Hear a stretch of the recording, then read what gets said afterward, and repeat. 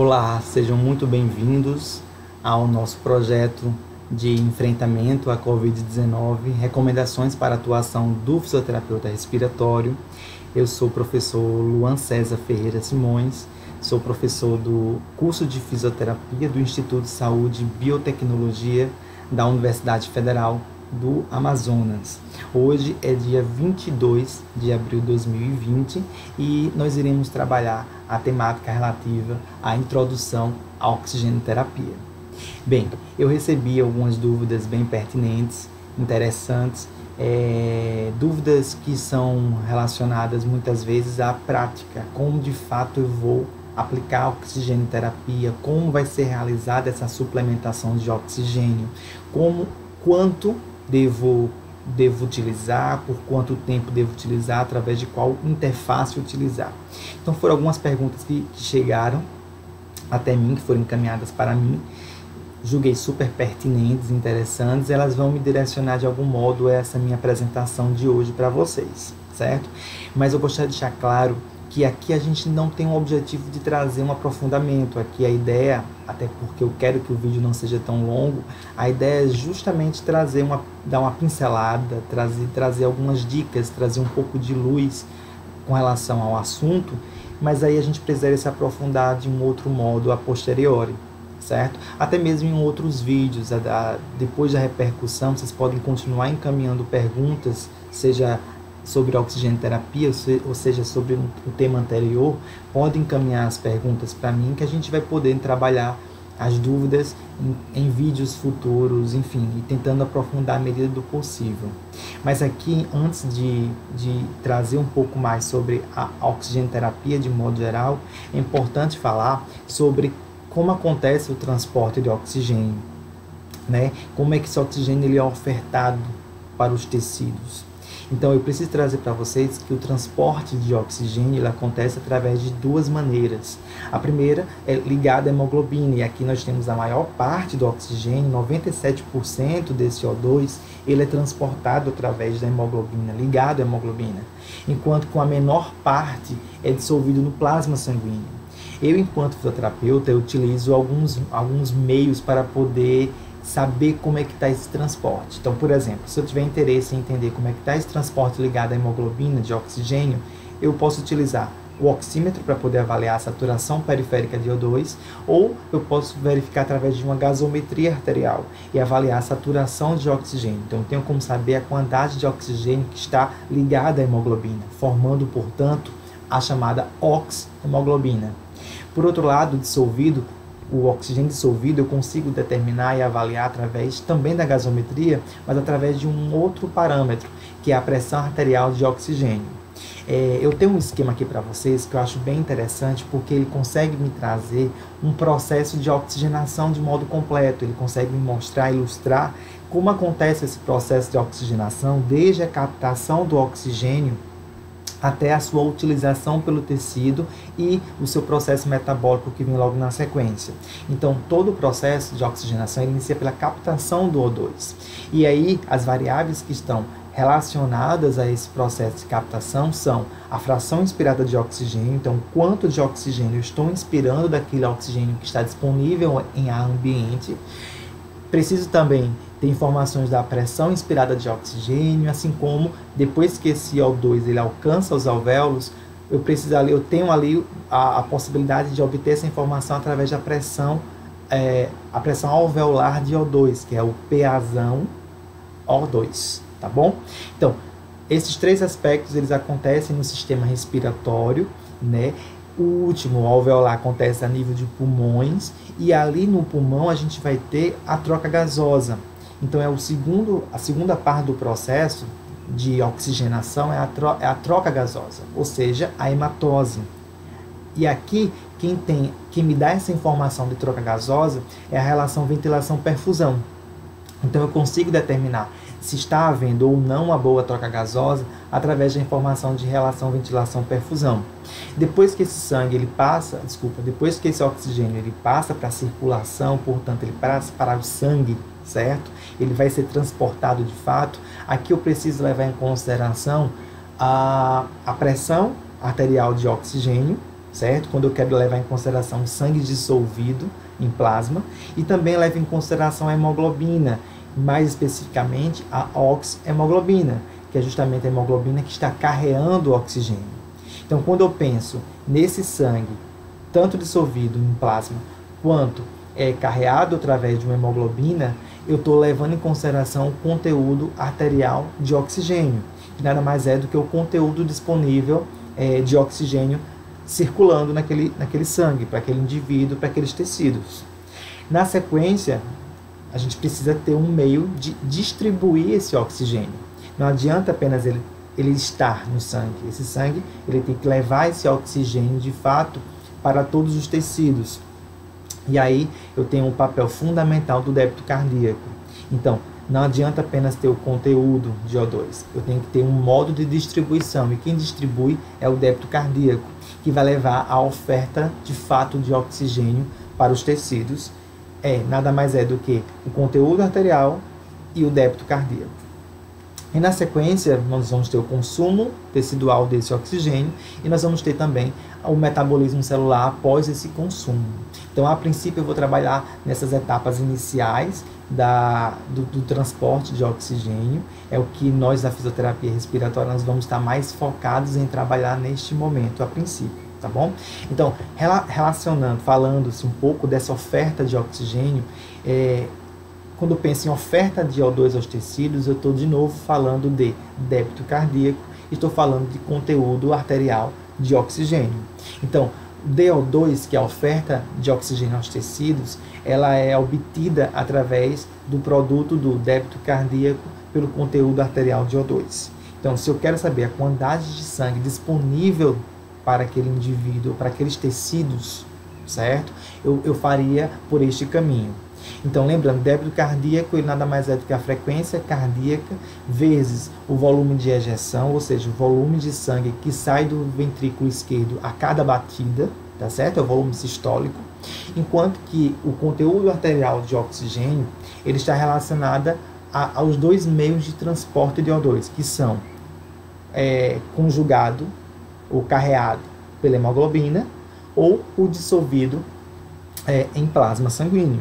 Então, a primeira parte da equação, que é hemoglobina vezes saturação de oxigênio dividido por 100 vezes 1,34 ml de O2, essa primeira parte da equação está relacionada ao oxigênio que está, então, sendo carreado pela hemoglobina, enquanto que a segunda parte, que é o 0,003 vezes pressão arterial de oxigênio, está relacionada ao oxigênio que está sendo dissolvido no plasma sanguíneo.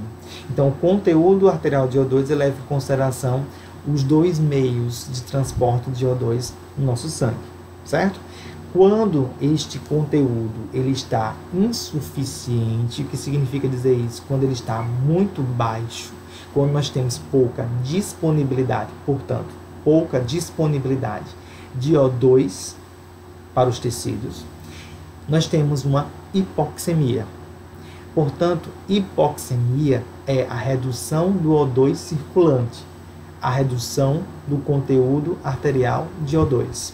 Então, como é que eu sei qual é o valor de referência? Nós temos algumas modificações pequenas na literatura com relação a esses valores, mas todo o conteúdo arterial de oxigênio inferior a 17, a gente considera aqui que esse indivíduo ele está com hipoxemia.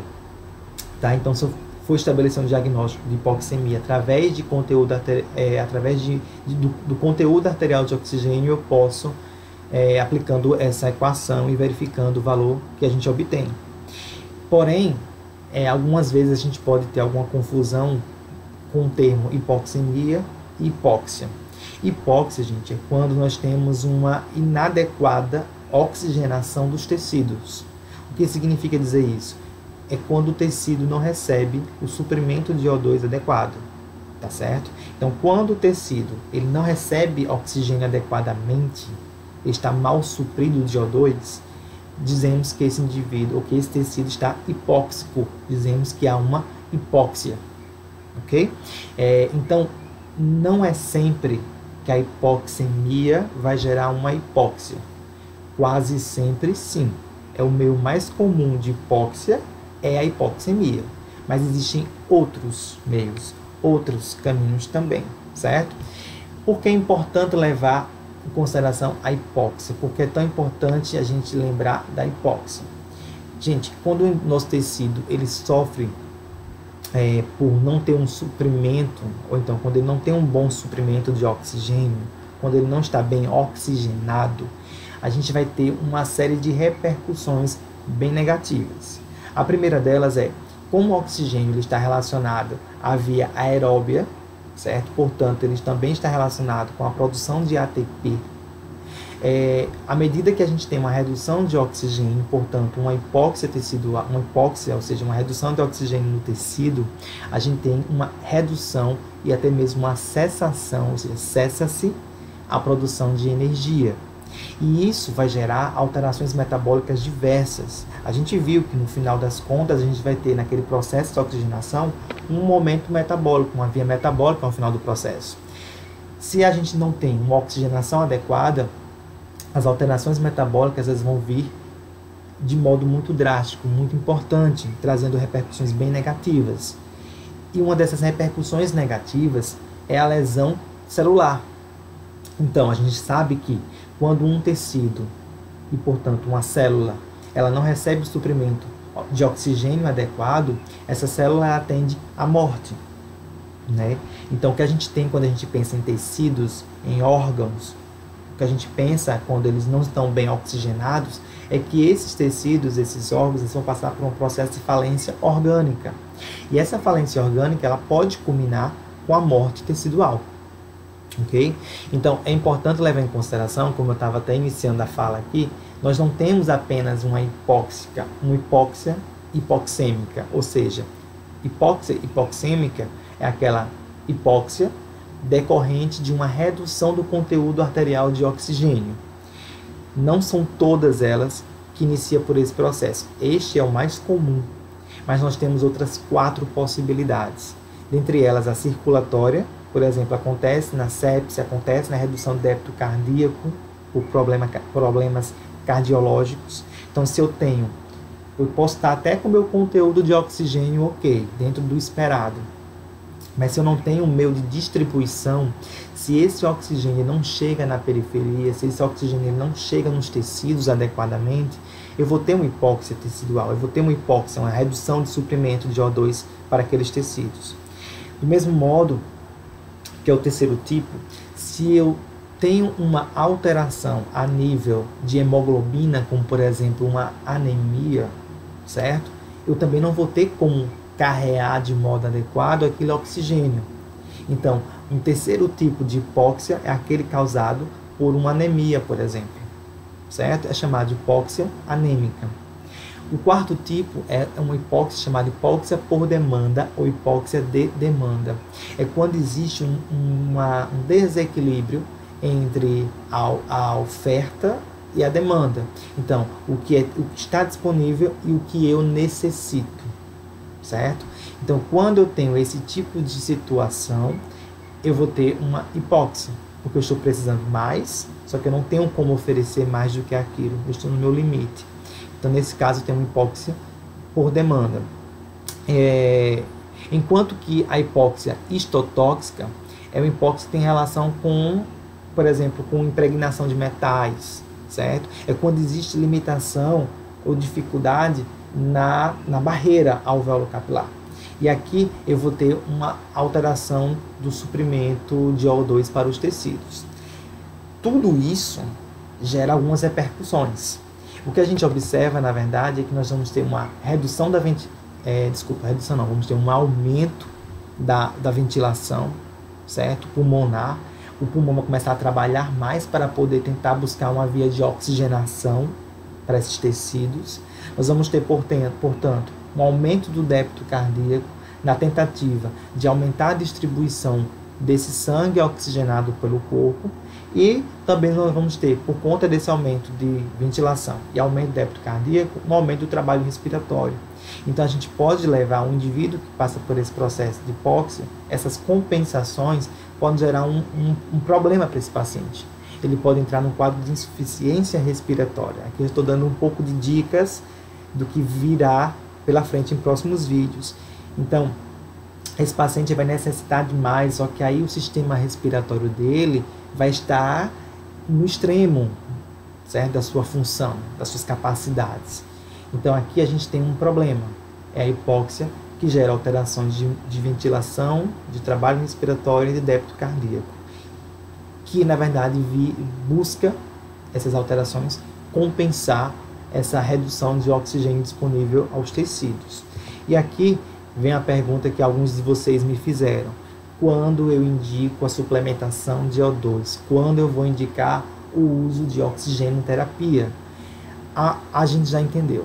A gente vai indicar quando meu paciente está hipoxêmico, quando eu suspeito que ele está com hipóxia.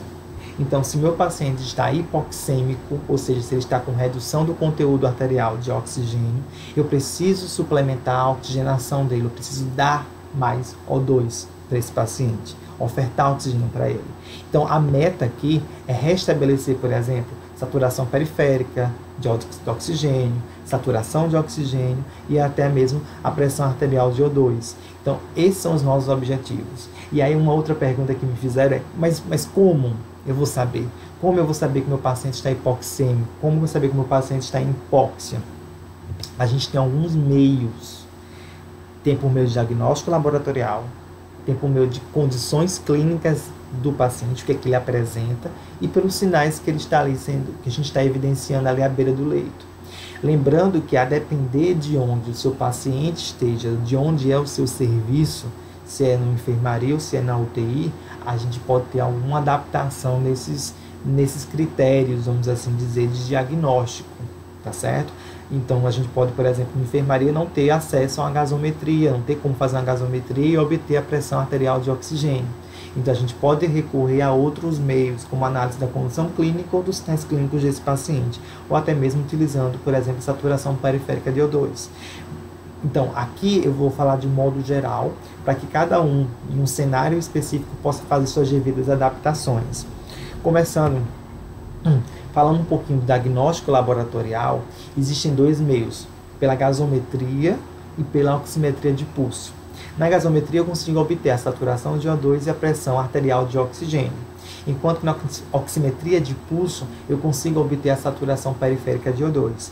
Todos eles já me dão um indicativo da situação hipoxêmica do meu paciente, a situação com relação à oxigenação desse meu paciente. Eu preciso trazer uma dica prática.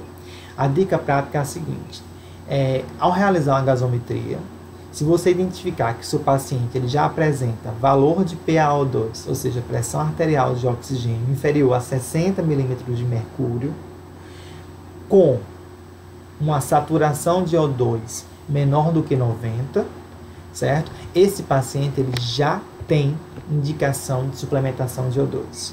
Vale ressaltar que é IO. Então, se ele já tiver com PaO2 menor do que 60, ou se ele já tiver com saturação de O2 menor do que 90, ele já tem indicação. Então, a resposta àquela pergunta já está dada aqui nesse momento. Não precisa ver os outros sinais ou as outras condições específicas. Se o seu paciente já apresenta essa característica, esse aspecto, já suplementa O2. Agora, se a pressão arterial de oxigênio dele estiver entre 60 e 80 milímetros de mercúrio, após realizar uma gasometria arterial, neste caso, o recomendado é que seja feito um cálculo, que é o cálculo de pressão arterial de O2 ideal, PaO2 ideal, tá bom? Então, você já está dentro do primeiro critério, suplementa oxigênio.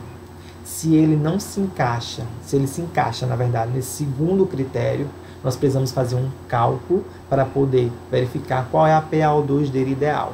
Se ele bater com essa PaO2 ideal, ele não precisa de suplementação de O2. Se não bater a PaO2 que ele apresenta com a PaO2 ideal, a partir do cálculo, nós vamos precisar fazer uma suplementação de O2. E como é que calcula a PaO2? Bem, tá aqui. Eu preciso considerar duas coisas: a posição do paciente durante a coleta da gasometria. Então, se o paciente estava em supino, certo? Eu vou considerar a PaO2 ideal dele 103,5 menos 0,42 vezes idade. Se ele estava sentado durante a coleta, eu vou considerar a PaO2 ideal dele de 104,2 menos 0,27 vezes a idade do paciente. É importante levar isso em consideração, porque às vezes tem uma mudança importante, tá bom? O resultado na PaO2 ideal do paciente. Então, leve isso em consideração. Dependendo do resultado, a gente pode suplementar ou não o oxigênio para esse paciente, tá ok? Seguindo, os outros dois meios de identificar a hipoxemia do meu paciente pelas condições clínicas, são geralmente pacientes que tá no pós-operatório, pacientes com angina instável, com alguma condição cardíaca, como infarto agudo do miocárdio, parada cardiorrespiratória, insuficiência cardíaca congestiva, um paciente que se intoxicou, né, foi submetido a algum metal, alguma coisa do tipo, e está intoxicado. O paciente passou por um trauma, certo? Um politraumatizado, um paciente que está com edema agudo de pulmão. Esses pacientes aqui, geralmente as condições aqui, elas cursam com hipoxemia, tá bom? E portanto com hipóxia. Então é importante levar em consideração isso. Por outro lado, eu tenho os sinais clínicos. Então, geralmente, sinais como taquipneia, taquicardia, cianose, palidez, agitação, são muito comuns em pacientes que estão, como é que eu posso dizer, hipoxemia aguda, numa situação agudizada, certo? É um paciente que vai estar taquipneico, taquicárdico, agitado, tá bom? Então, esse paciente, se você começar a juntar as peças, as três peças, saturação, por exemplo, estou na enfermaria, não tenho muito como medir. Então, eu tenho uma saturação periférica ruim, abaixo de 90. Meu paciente, vamos supor, ele foi vítima,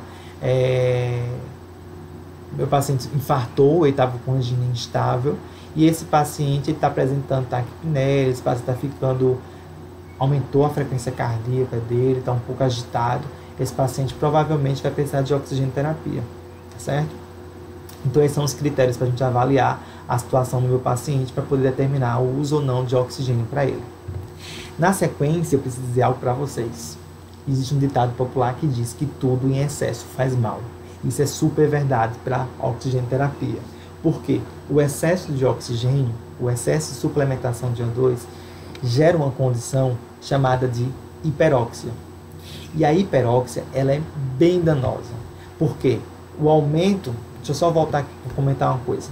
A hiperóxia, ela acontece por duas possibilidades. Ou foi ofertado muito O2 e aumentou a PaO2 desse paciente de modo muito súbito, muito acentuadamente. Ou esse paciente está exposto ao oxigênio, à suplementação de O2 por muito tempo. Então, o excesso e o tempo prolongado. Então, eu tenho aqui duas repercussões. Primeira, quando tem um excesso de O2, isso vai gerar uma lesão endotelial do capilar. Essa lesão endotelial, do endotélio de revestimento daquele capilar, faz com que haja uma alteração dessa permeabilidade capilar. Isso vai gerar um edema intersticial, certo? E esses componentes juntos terminam por trazer ou proporcionar ao paciente um espessamento dessa membrana capilar. Então, imagine, a membrana capilar, alvéolo capilar, para ela poder ter uma boa troca gasosa, é importante que ela seja fina, seja, como é que eu posso dizer, fininha, estreita, permitindo que a passagem dos gases ali seja fácil, facilitada, certo? E o que acontece se essa membrana for alargada, espessada? Nós vamos ter dificuldade na troca gasosa e, portanto, vamos ter redução da concentração de O2, certo? O outro meio é quando a gente tem uma exposição prolongada ao oxigênio. Quando eu fico muito tempo exposto a uma suplementação, muitas vezes excessiva de O2, eu vou ter a destruição dos pneumócitos tipo 1, que são responsáveis pela barreira alvéolo-capilar, são responsáveis pela membrana, são responsáveis pela passagem desses gases, do oxigênio, através do alvéolo para a circulação, para o capilar. Além disso, há um aumento dos pneumócitos tipo 2. Pneumócitos tipo 2 são responsáveis pela produção de surfactante. Até então, a gente entende que surfactante é muito bom, é muito positivo. Só que o excesso e esse aumento dos pneumócitos tipo 2 leva ao aumento, na verdade, surfactante é inativo. Surfactante sem uma função adequada. Então, isso tudo aqui junto, a destruição dos pneumócitos tipo 1, que já diminui o transporte de O2 naquela barreira, mas o aumento de pneumócito tipo 2, que não vai ajudar na melhora dessa tensão superficial, gera uma fase exudativa. Então, gera um processo inflamatório naquela região alvéolo capilar. E o que isso faz? Reduz a relação ventilação-perfusão, ou seja, dificulta essa difusão dos gases, dificulta a passagem do oxigênio do alvéolo para o capilar, certo? E culmina com uma situação chamada membrana hialina e fibrose. O que acontece é que vai ficar cada vez mais gerando prejuízo na troca gasosa, tá, ok? E aí, a hiperóxia ela tem efeitos negativos, ou seja, o excesso de O2 e o tempo de exposição prolongado gera alguns efeitos deletérios, né? No final das contas, todos aqueles dois processos que eu acabei de mostrar para vocês vão terminar podendo gerar depressão do sistema respiratório, aumento da concentração de óxido de carbono, atelectasia por absorção, já que há um desequilíbrio dos gases dentro do alvéolo, certo? E esse desequilíbrio de gases faz com que haja um colabamento de estruturas alveolares, redução da capacidade vital, aumento do efeito Shunt, alterações dessa relação ventilação-perfusão, diminuição de surfactante pulmonar, desidratação de mucosas. Então, muito cuidado com o uso excessivo de oxigênio, certo? Excessivo em dose e excessivo em tempo. Eu sempre digo que o mais importante, até mais importante do que saber o que usar e quando usar, é saber quando retirar. Eu costumava, na experiência, até como supervisor de estágio, ver algumas situações nas quais os meus alunos eles tinham dificuldade de... Eles até conseguiam implementar, né, a oxigenoterapia. Mas e agora? Que momento tira? Não posso deixar meu paciente horas e horas com oxigênio suplementado. Esse meu paciente eu tenho que saber o momento de remover aquele oxigênio, até porque depois de 12 horas, as repercussões que eu mostrei anteriormente, elas já estão acontecendo de modo mais acentuado. Então, a gente já tem repercussão negativa após algumas horas de oxigenoterapia, de suplementação de O2. Então, é importante que a gente saiba quando remover esse oxigênio, tá bom? E aí, eu trago para vocês quando, o que é importante, o que é recomendado. Então, veja só, gente. Primeira coisa, essa imagem está aqui, um pulmão todo florido, todo bonito.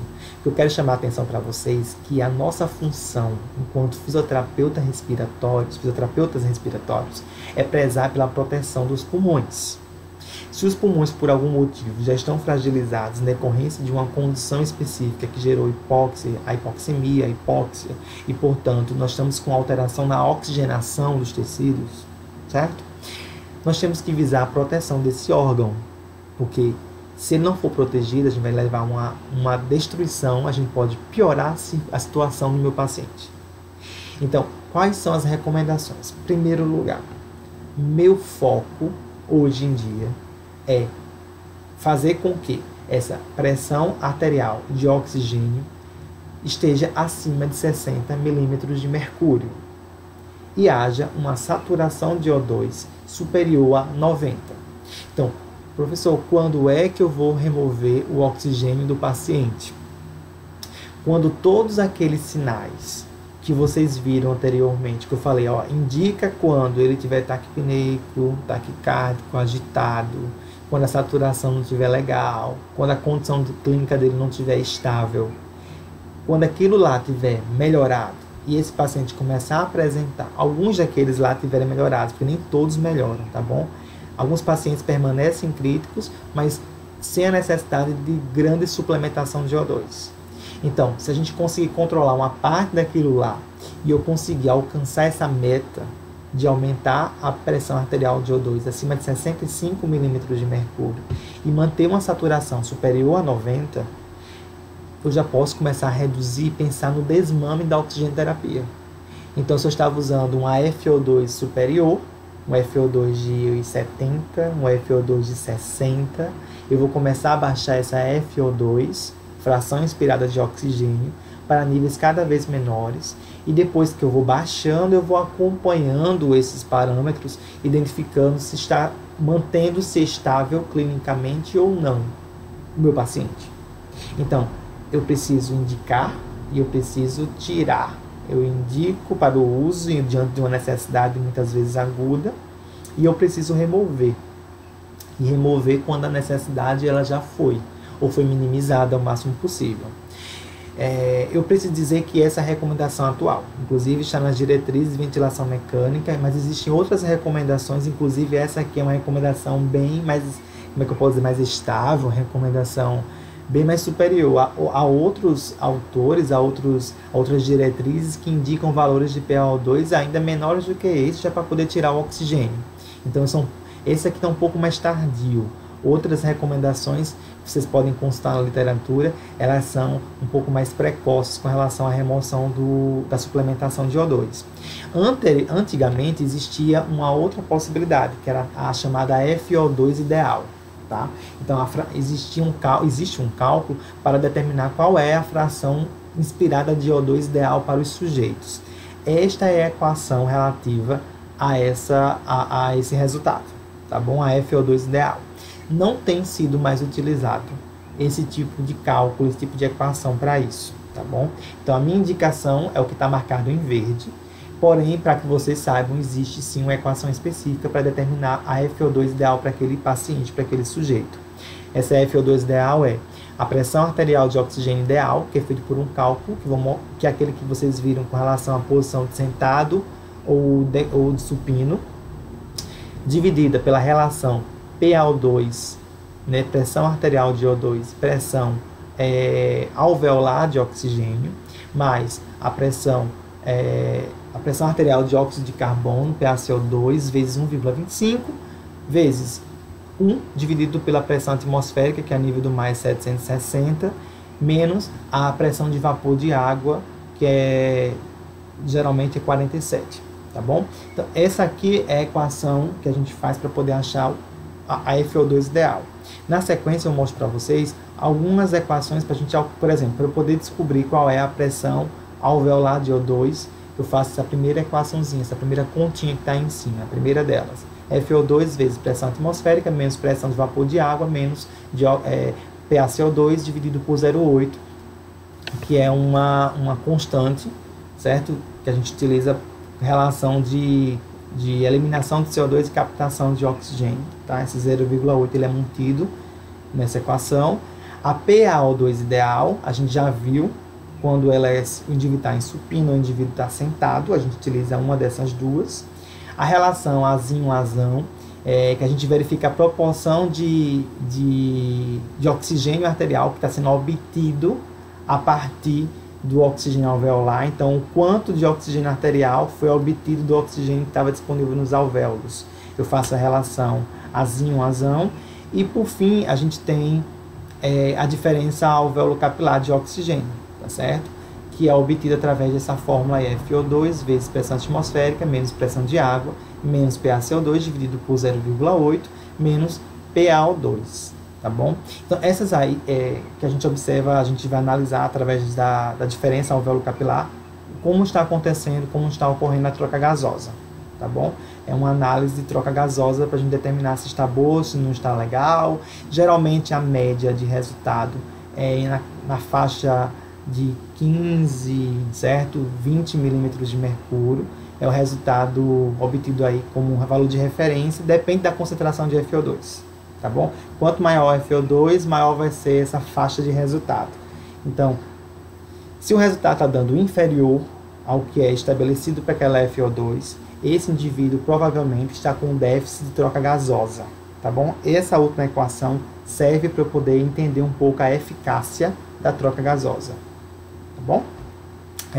A segunda, a relação azinho-azão, que é a penúltima equação, ela me ajuda a entender um pouquinho como é que está acontecendo esse intercâmbio gasoso entre alvéolo e o sangue arterial.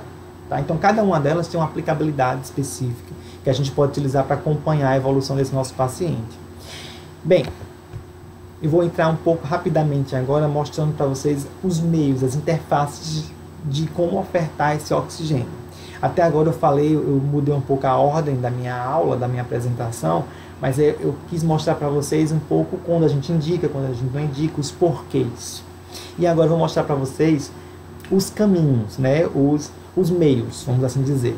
Então nós temos aqui nessa imagem, a primeira imagem é um cilindro de O2, ele é largamente utilizado em domicílio, né? Um modo de ofertar oxigênio, enquanto que na segunda parte da imagem, a última imagem, vamos assim dizer, é o oxigênio que a gente tem disponível na parede, é o oxigênio em rede, certo? E geralmente está em nível hospitalar.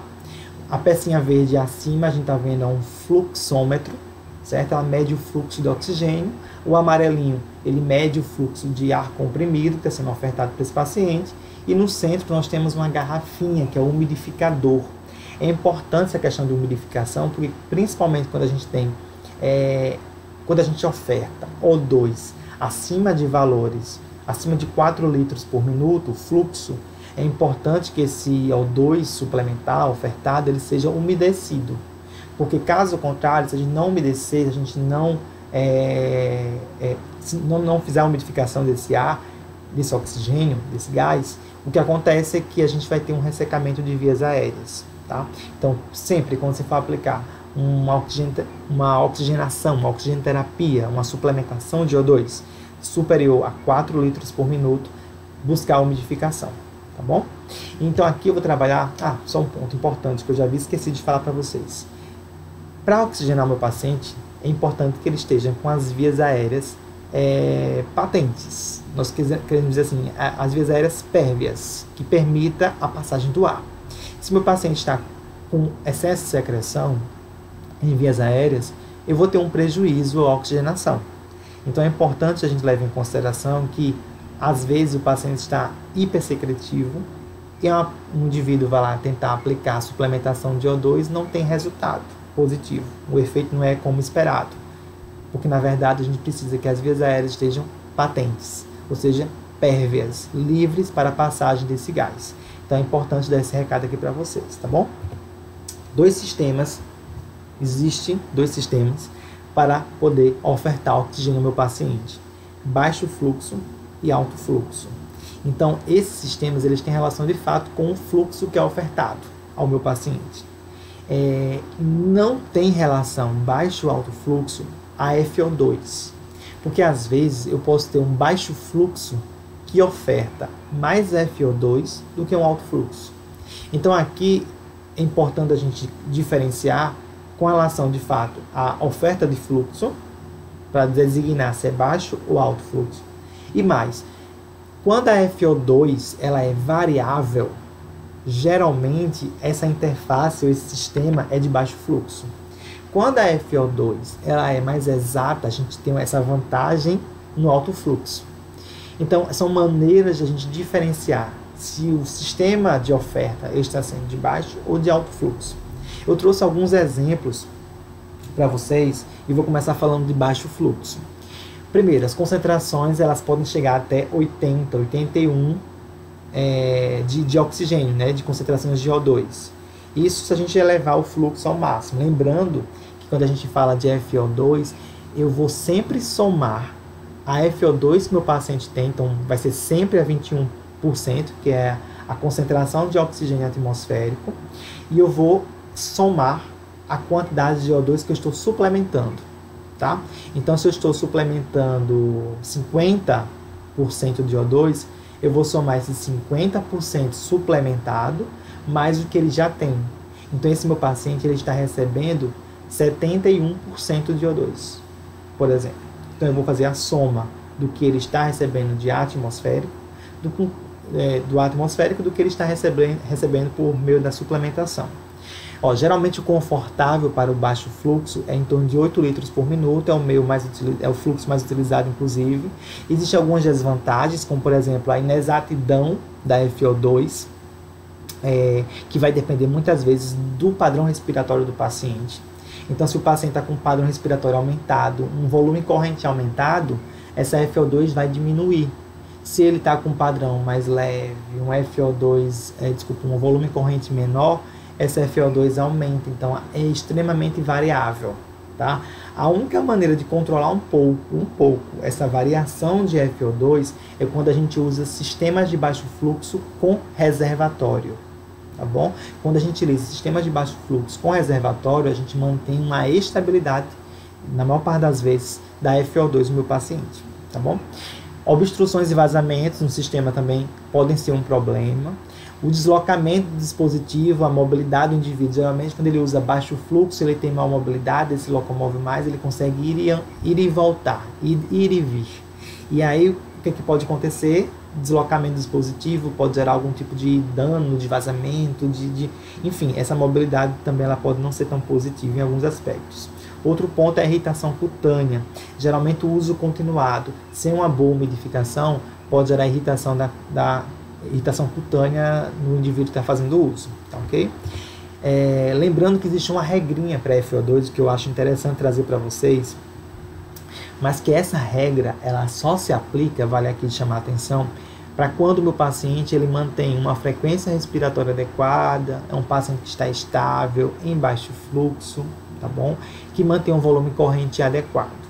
Quando eu tenho um paciente que está ali, vamos dizer assim, em equilíbrio clínico, mantendo esses parâmetros equilibrados, nivelados, eu consigo estabelecer essa regra bacana. Como é que funciona? Para cada aumento de 1 litro de fluxo, então se eu for lá naquele fluxômetro e aumentar, subir a bolinha cada vez mais, a cada 1 litro que eu aumento de fluxo, eu incremento 4% de FO2 do meu paciente. Então, se eu estou utilizando, vamos supor, uma máscara qualquer aí, suplementação de O2, vamos supor que esteja em 6 litros por minuto, certo? E aí esteja ofertando, suplementando um FO2 em 21, 22%. Se eu aumentar mais 1 litro ali naquela máscara, eu vou incrementar mais 4% de FO2. Então, quando tem esse equilíbrio no perfil do paciente, eu vou aumentando a quantidade de litros. A cada 1 litro eu vou aumentando, incrementando 4% de FO2. É uma regra, como eu falei, só é aplicável a esses perfis de pacientes e em sistemas de baixo fluxo, tá bom? Eu trouxe alguns exemplos da máscara simples, que é a primeira imagem, que vocês estão visualizando aí. A máscara simples ela é um tipo de baixo fluxo com reservatório, porque esse espaço de máscara permite que seja acumulado algum ar, algum oxigênio ali dentro. Lembrando que, obviamente, como a máscara ela é aberta nas laterais, há uma mistura, tá bom?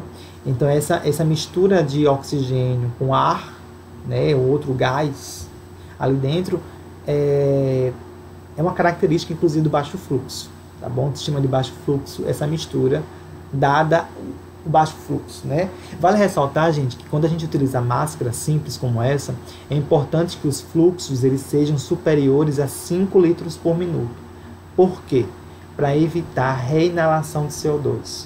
Se eu colocar uma máscara simples como essa, da primeira imagem, tá? Uma máscara simples como essa, e colocar um fluxo inferior, 3, 4, meu paciente, eu posso gerar um problema no paciente, porque ele pode estar reinalando CO2. E isso pode fazer uma alteração importante na saturação dele. A segunda é a cânula nasal, muito utilizada, tá bom? Em ambiente de enfermaria. Ela é até confortável, as pessoas relatam um conforto maior dela em relação à máscara, tá bom? Essa não tem reservatório, mas há algumas que há reservatório, seja na região nasal ou suspenso, pendular.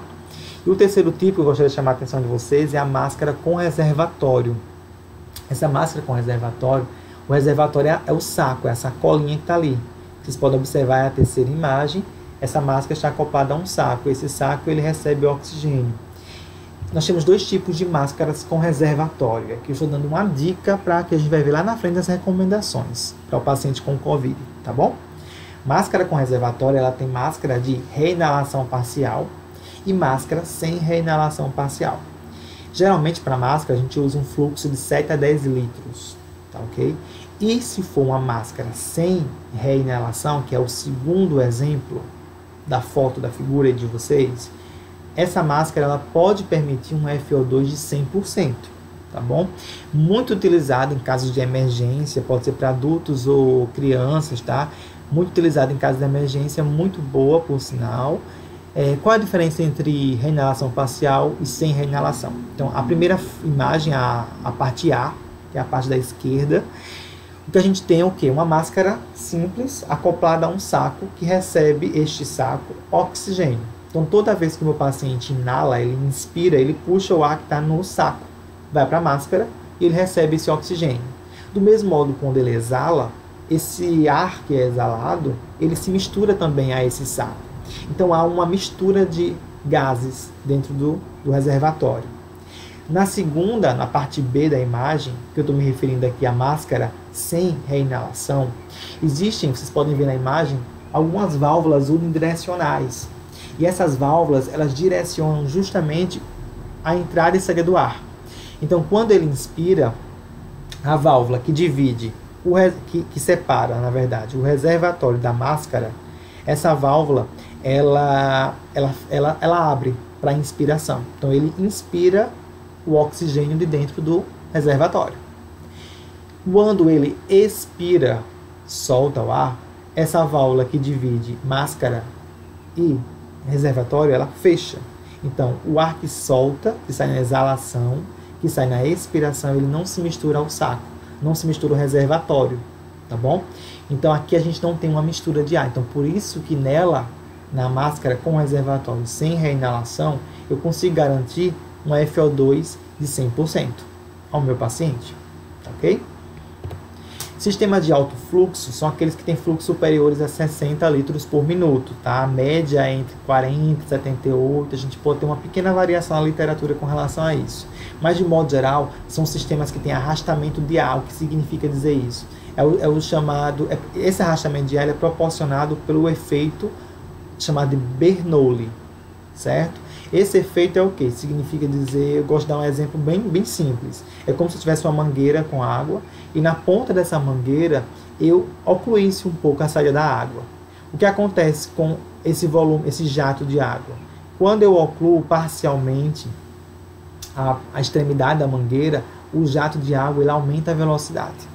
A mesma coisa acontece no sistema de alto fluxo. O que ocorre é que quando esse oxigênio ele passa por um sistema específico. Esse sistema ele diminui o seu diâmetro, forçando a velocidade desse ar ser maior. Esse é o efeito Bernoulli. Este é o efeito que eu quero me referir quando eu falo em arrastamento de ar.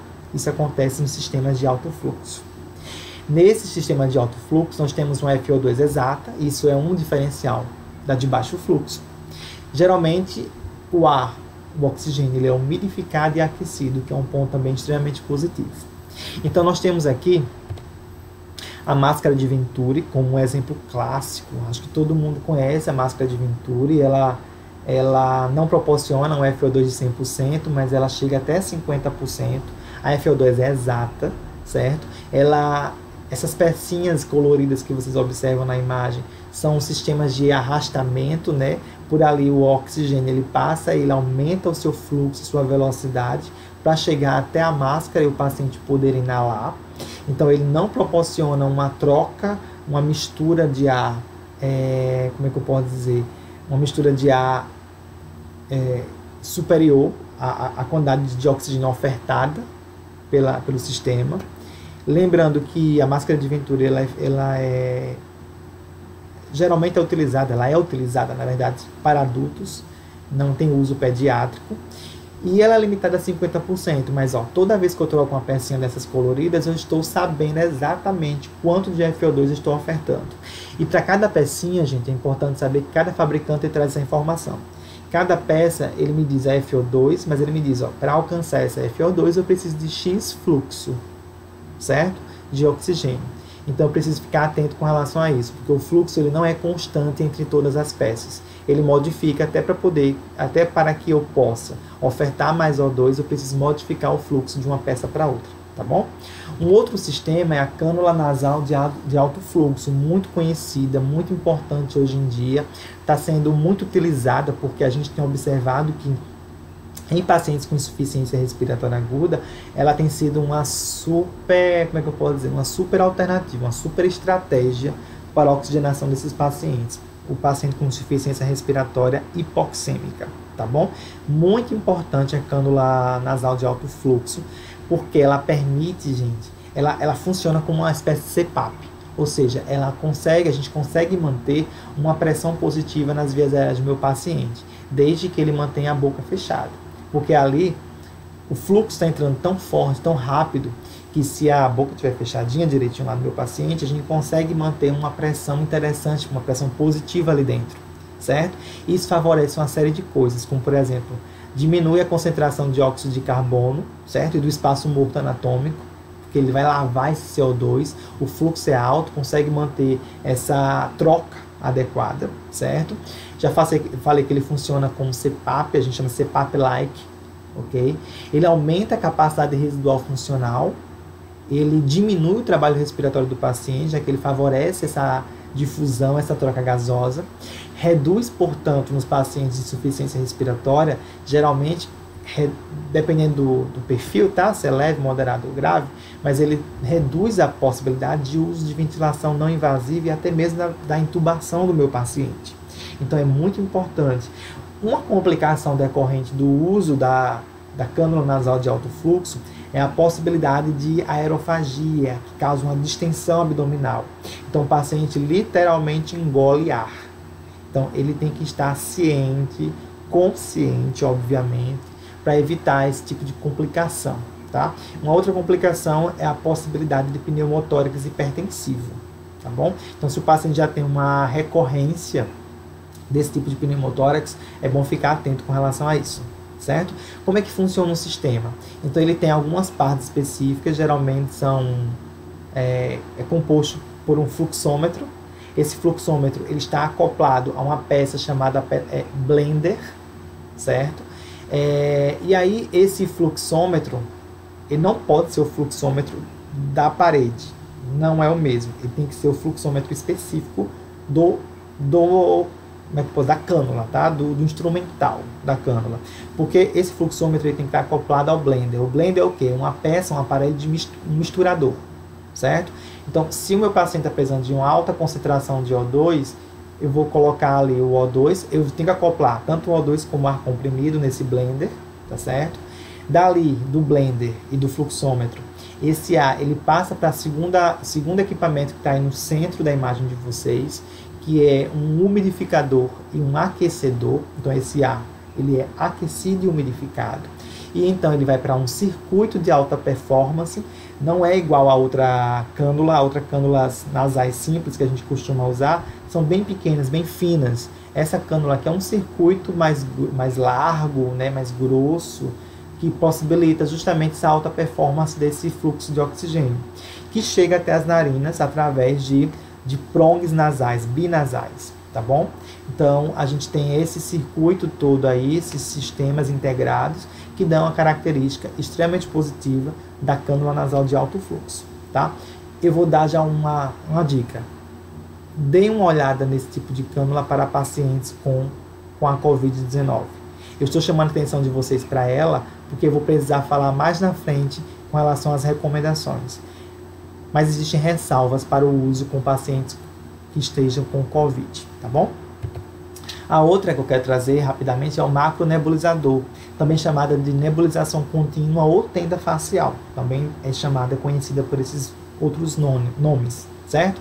Também é um sistema de arrastamento, e a gente consegue manter uma FO2 estabelecida, exata. A média geralmente varia entre 28% a 100% de FO2.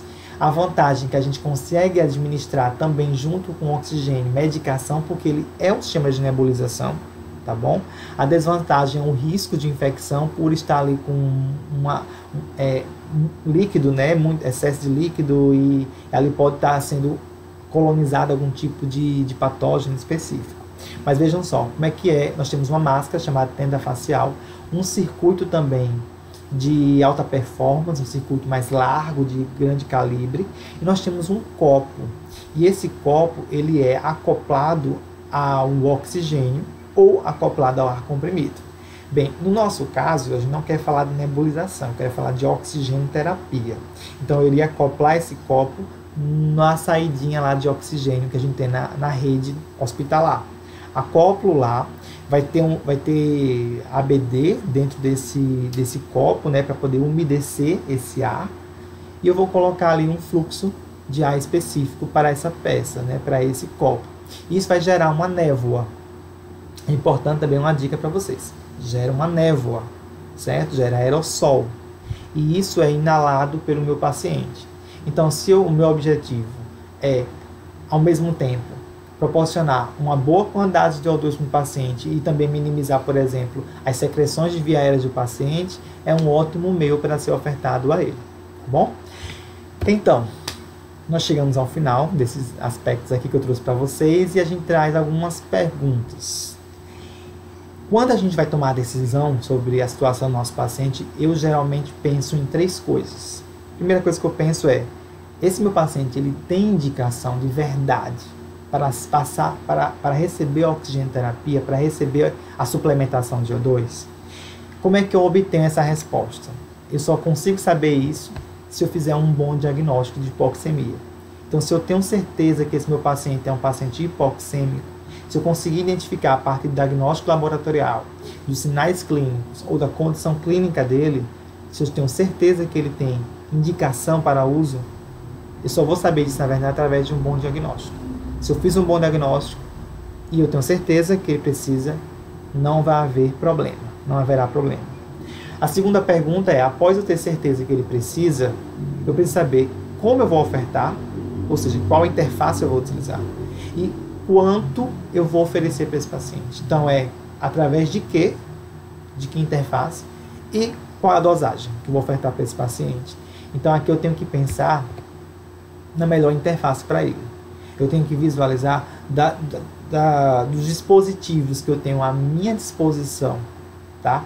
Qual deles seria melhor para esse meu paciente, sobre vários aspectos. É um paciente que precisa se locomover muito, é um paciente que está acamado, é um paciente muito idoso. Qual o perfil do paciente? É um paciente que está com Covid-19?